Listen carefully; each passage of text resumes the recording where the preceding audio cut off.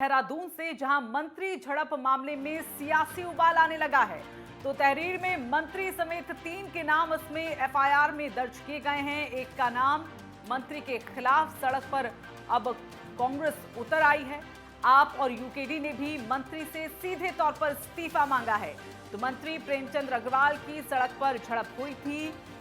2 दिन पहले ये मामला सामने आया था और एक युवक के साथ उनके जो गनर थे, उनके जो सहयोगी थे और मंत्री खुद इस कहासुनी में, इस झड़प में शामिल थे।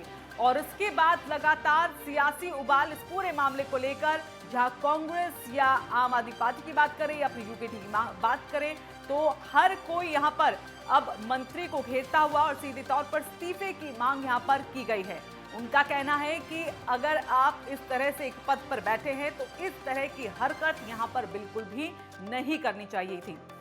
तो जो झड़प हुई है मंत्री की, उसके बाद सियासी उबाल फिलहाल उत्तराखंड में देखने को मिल रहा है, क्योंकि तहरीर में मंत्री समेत 3 के नाम दर्ज किए गए हैं। एफआईआर में उनके नामों को डाला गया है और मंत्री के खिलाफ अब कांग्रेस सड़क पर उतर आई है।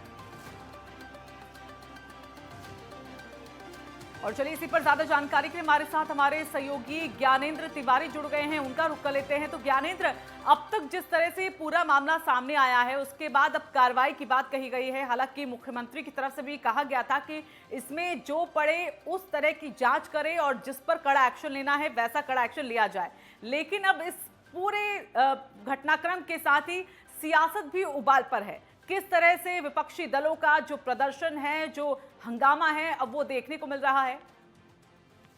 बिल्कुल, देखा जाए तो कांग्रेस की तरफ से और यूकेडी और तमाम जो विपक्षी पार्टियां हैं राज्य के अंदर, आम आदमी पार्टी भी लगातार जो है इस मुद्दे को लेके राज्य भर में प्रदर्शन करते हुए नजर आ रही हैं और साफ तौर पे सवाल प्रशासनिक तंत्रों पे खड़े किया जा रहे हैं कि जिस प्रकार से ये घटना हुई और घटना के बाद जो सुरेंद्र नेगी के साथ जो मारपीट हुई, मंत्री की तरफ से मारपीट की गई और थाने में सुरेंद्र नेगी को बैठा के रखा गया, दूसरे पक्ष को बैठाया नहीं गया, उससे कोई पूछताछ नहीं हुई। प्रताड़ना जो है केवल सुरेंद्र नेगी के साथ की गई। तो इस बात का जो विरोध है वो आम आदमी के साथ राजनीतिक पार्टियों में भी है और कहीं ना कहीं बात का जो आक्रोश है हम लगातार देख रहे हैं और प्रमुखता से नेटवर्क चैनल लगातार इस खबर को दिखा भी रहा था।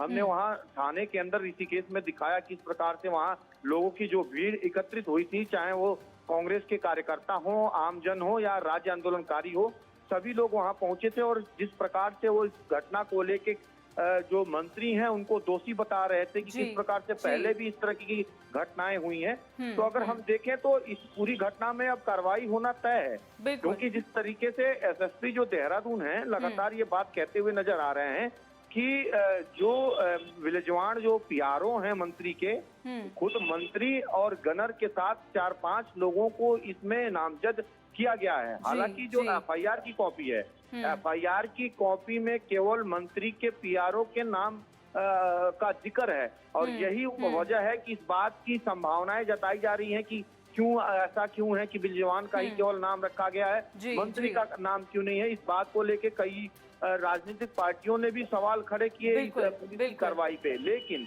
एसएसपी ने यह स्पष्ट कर दिया है कि शॉर्ट टर्म में कॉपी में जो नाम है वो दर्ज किया गया है। बाइट में साफ तौर पे वो कहते हुए नजर आ रहे हैं अपने बयानों में कि ये केवल शॉर्ट टर्म रखा गया है, लेकिन ये तय है कि गनर और मंत्री के पीआरओ और खुद मंत्री का जो नाम है वो एफआईआर में है और इस पे कार्रवाई होनी तय है और जो जांच अधिकारी हैं उनको ये जांच बिल्कुल ये कहा भी पहले से ही गया था कि जो ये मामला सामने आया है, जो ये तस्वीर सामने आई है, सरकार की छवि को कहीं ना कहीं धूमिल कर सकती है। तो ऐसे में एक्शन इस पर पूरा लिया जाएगा। धन्यवाद आपका ज्ञानेंद्र, हमारे साथ जुड़ने के लिए।